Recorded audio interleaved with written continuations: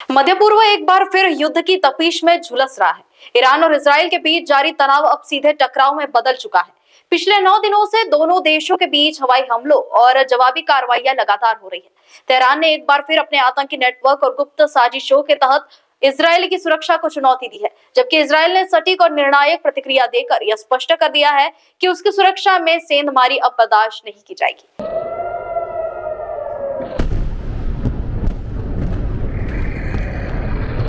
हाल ही में ईरान के दक्षिणी शहर शिराज में हुए हमलों में 4 रिवोल्यूशनरी गार्ड जवानों की मौत हुई थी। इस हमले के बाद ईरान के कट्टरपंथी नेता बौखलाए हुए नजर आ रहे हैं और उन्होंने पश्चिमी देशों, खासकर अमेरिका और इजराइल पर आरोप की बौछार कर दी। लेकिन जरा ठहरिए, यह सिर्फ 1-2 देश की लड़ाई नहीं है, बल्कि यह सभ्यताओं के संघर्ष और वैश्विक रणनीति का खेल भी है। इजराइल जहां अपनी जनता की सुरक्षा और आतंक के खिलाफ बिना झुके लड़ रहा है, वहीं ईरान लगातार क्षेत्रीय अस्थिरता फैलाने में लगा हुआ है। हालांकि यह भी सच्चाई है कि युद्ध किसी समस्या का समाधान नहीं होता। दोनों देशों के कूटनीतिक स्तर पर समाधान निकालने की जरूरत है।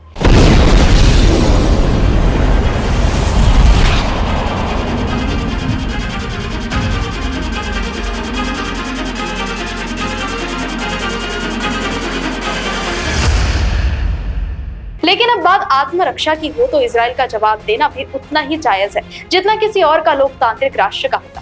विश्व समुदाय, विशेषकर संयुक्त राष्ट्र और OIC को चाहिए कि वो ईरान के आतंकी समर्थन पर नकेल कसे और साथ ही इजराइल से भी संयम बरतने की अपील करे। इस संघर्ष में संतुलन बनना जरूरी है, न केवल कूटनीतिक रूप से बल्कि मानवीय दृष्टिकोण से भी।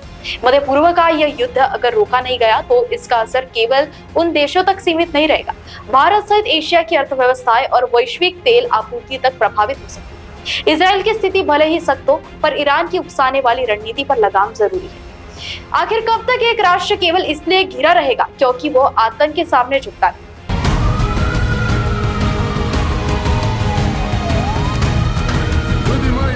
महाराष्ट्र टीवी 24 के लिए शांतनु अग्रवाल की रिपोर्ट।